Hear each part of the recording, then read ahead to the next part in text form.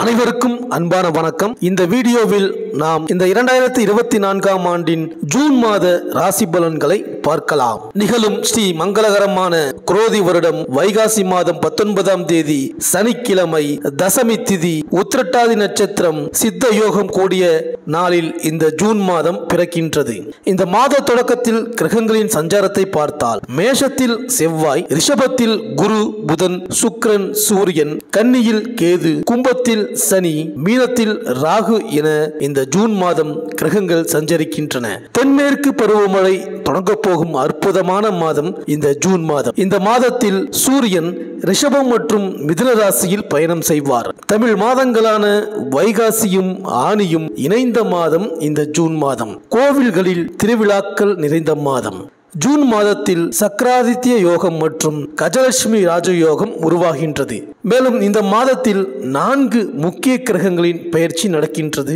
9/6/2024 அன்று புதன் மிதுன ராசிக்கு பெயர்ச்சியாகின்றார். 13/6/2024 அன்று சுக்கிரன் மிதுன ராசிக்கு பெயர்ச்சியாகின்றார். 15/6/2024 அன்று சூரியன் மிதுன ராசிக்கு பெயர்ச்சியாகின்றார். 26/6/2024 அன்று புதன் கடகராசிக்கு பெயர்ச்சியாகின்றார். இந்த கிரகங்களின் சஞ்சாரம் மற்றும் பெயர்ச்சியினால் உங்கள் ராசிக்கு என்னென்ன பலன்கள் கிடைக்கப் போகின்றது, நீங்கள் செய்ய வேண்டிய பரிகாரங்கள் என்ன என்று இந்த வீடியோவில் பார்க்கலாம். சனி பகவானை ராசிநாதனாக கொண்ட கும்பராசி அன்பர்களே, இந்த ஜூன் மாத கிரக நிலைகளை ஆராய்ந்து பார்க்கும் பொழுது மாத தொடக்கத்தில் உங்கள் ராசிக்கு 5, 8 ஆகிடங்களுக்கு அதிபதியான புதன் ரிஷபராசியில் சஞ்சரிக்கின்றார்.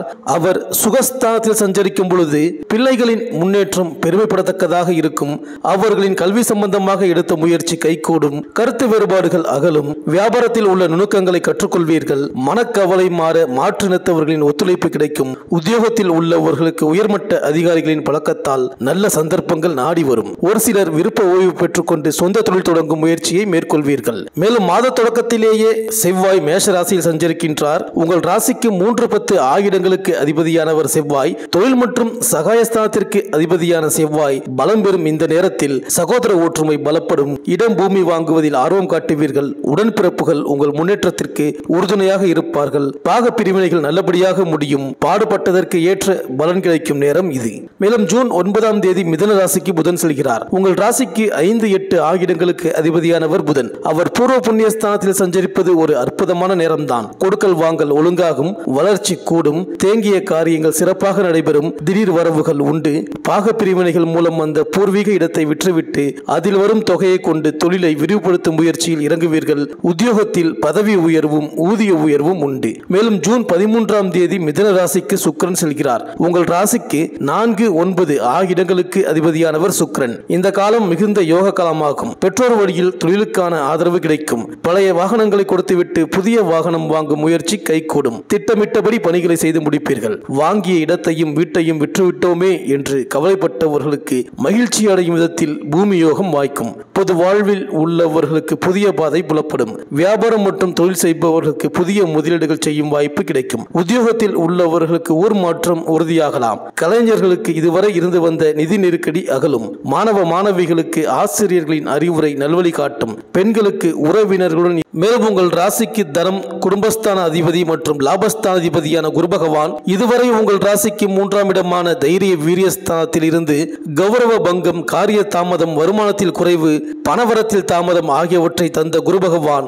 இனி உங்களுக்கு 4ஆம் இடமான வீடு, வாகனம் மற்றும் சுகஸ்தானத்தில் வந்து சஞ்சரிக்கின்றார். சுகஸ்தானத்தில் இருந்து குரு பகவான் தரும் பலனை விட அவர் பார்வை பலத்தால் உங்களுக்கு நல்ல பலன்கள் உண்டாகும். வீடு, வாகனம் வாங்குவது, புதுப்பிப்பது போன்றவற்றின் மூலம் செலவு ஏற்பட்டாலும் அதனால் நன்மை உண்டாகும். ஆடை ஆபரணங்கள் வாங்குவதிலும் ஆர்வம் ஏற்படும். தாயின் ஆதரவு கிடைக்க பெறுவீர்கள். அதே நேரத்தில் அவரது உடல் ஆரோக்கியத்திலும் கவனம் செலுத்த வேண்டியிருக்கும். வேலை நிமித்தமாக இடமாற்றம் ஏற்படலாம். தேவையற்ற செலவுகளை குறைப்பது நல்லது. அடுத்தவரை நம்பி நகை, பணம் போன்ற விலை உயர்ந்த பொருட்களை ஒப்படைப்பது, அடுத்தவர்கள் பிரச்சனைகளில் தலையிட்டு ஆலோசனை கூறுவது, ஜாமீன் கையெழுத்து போடுவது ஆகியவற்றை தவிர்ப்பது அவசியம். திட்டமிட்டு செய்யும் காரியங்கள் சாதகமான பலனை தரும். வீண் கவலை, மனக்குழப்பம் ஆகிய ஆகியவை ஏற்பட்டு நீங்கும். மருத்துவ செலவுகள் ஏற்படலாம். வாகனங்களை ஓட்டும் போது கவனமாக ஓட்டிச் செல்வது நல்லது. பயணங்களின் போது கூடுதல் கவனம் நன்மை தரும். மேலும் உங்கள் ராசிக்கு 8ஆம் இடத்தை குரு பகவான் பார்ப்பதால் தாமதமானாலும் கொடுத்த கடன் திரும்ப கிடைக்கும். அதே போன்று நீங்கள் வாங்கிய கடனையும் திரும்ப செலுத்த முற்படுவீர்கள்.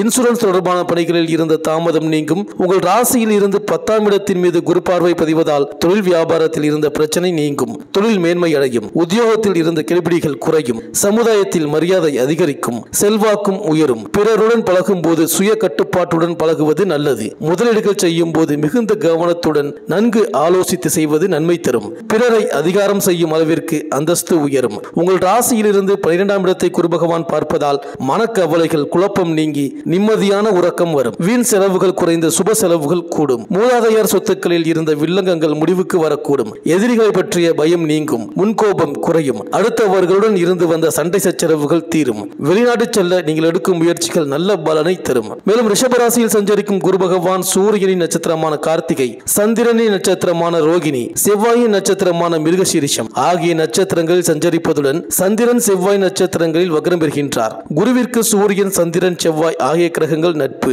ஆகையால் ரிஷபராசியில் இருக்கும் குரு பகவான் உங்களுக்கு நல்ல பலனை தருவார். மேலும் தொழில் வியாபாரத்திற்காக நிதிநிலையை சமாளிக்க கடன் வாங்கினால் மிகவும் கவனமாக செயல்படுவது நல்லது. ஆரோக்கியத்திலும் கவனம் செலுத்துவது நன்மை தரும். குடும்பத்தினருடன் விட்டு கொடுத்து செல்வது மகிழ்ச்சியான சூழ்நிலையை உருவாக்கும். உறவினர்கள், நண்பர்கள் மூலம் எதிர்பார்த்த உதவிகள் கிடைக்கக்கூடும். மேலும் தொழில் வளர்ச்சிக்காக நீங்கள் எடுக்கும் முயற்சிகளுக்கு சாதகமான பலன் கிடைக்கும். புதிய தொழில் வியாபாரம் தொடங்குவதில் இருந்த தடை தாமதங்கள் நீங்கும். பாக்கிய வசூல் திருப்திகரமாக இருக்கும். சரக்குகளை வாடிக்கையாளர்களுக்கு அனுப்புவதில் கூடுதல் கவனம் நன்மை தரும். உத்தியோகத்தில் இருப்பவர்கள் வழக்கத்தை விட கூடுதலாக பணிபுரிய வேண்டி இருக்கும். பொறுப்புகள் அதிகரிக்கும். பொருளாதாரத்தை பொறுத்தவரையில் பணம் கொடுக்கல் வாங்கல் மற்றும் முதலீடுகளில் கூடுதல் கவனம் தேவை. வீட்டிற்கு தேவையான பொருட்களை வாங்குவதன் மூலம் திடீர் செலவுகள் வரலாம். சுப செலவுகளும் உண்டாகும். பொருளாதார நிலை உயர நீங்கள் எடுக்கும் முயற்சிகள் சாதகமான பலனை தரும். மாணவர்களுக்கு தொடக்க கல்வி கற்பவர்கள் மிகவும் கவனமாக பாடங்களை படிப்பது அவசியம். வகுப்பறையில் கவனத்தை சிதறவிடாமல் ஆசிரியர் நடத்துவதை கவனிப்பது வெற்றிக்கு உதவும். உயர்கல்வி கற்பவர்கள் திட்டமிட்டு பாடங்களை படிப்பது நல்லது. ஆசிரியர்கள் சக மாணவர்களை அனுசரித்து செல்வது வீண் பிரச்சனைகள் வராமல் தடுக்கும். கேம்பஸ் இன்டர்வியூவை மிகவும் கவனமாக செய்வதன் மூலம் நன்மை உண்டாகும். குடும்பத்தை பொறுத்தவரை குடும்பத்தில் சுப செலவுகள் அதிகரிக்கக்கூடும். திருமணத்திற்காக நீங்கள் எடுக்கும் முயற்சிகளில் தாமத போக்கு காணப்படலாம். வரன்கள் வந்தாலும் அவை உடனடியாக முடியாத நிலை ஏற்படுவதுடன் கூடுதல் முயற்சிகளும் செய்ய வேண்டியிருக்கும். வெளிநாட்டு பயணத்தை பொறுத்தவரை தொழில் வியாபாரம் தொடர்பாக வெளிநாடு செல்வதன் மூலம் அனுகூலம் உண்டாகும். கல்வி கற்பது, சுற்றுலா போன்ற வெளிநாட்டு பயணம் தொடர்பான முயற்சிகள் தாமதமாகலாம். பயணத்தின் போது மிகவும் கவனமாக இருப்பது அவசியம். இந்த கும்பராசி அன்பர்கள் நவக்கிரகத்தில் இருக்கும் குரு பகவானுக்கு வியாழக்கிழமையில் முல்லை மலர் சாற்றி நெய் தீபம் ஏற்றி அர்ச்சனை செய்து வணங்க வாழ்க்கை வளம் பெறும். இந்த வீடியோ உங்களுக்கு பிடிச்சிருந்தா லைக் பண்ணுங்க, உங்க ஃப்ரெண்ட்ஸ்களுக்கு ஷேர் பண்ணுங்க. நம்ம சேனலை தொடர்ந்து பார்க்க மறக்காம சப்ஸ்கிரைப் பண்ணுங்க. பக்கத்தில் இருக்கிற பெல் ஐக்கானை கிளிக் பண்ணிக்கிங்க. மீண்டும் அடுத்த வீடியோவில் சந்திப்போம். நன்றி, வணக்கம்.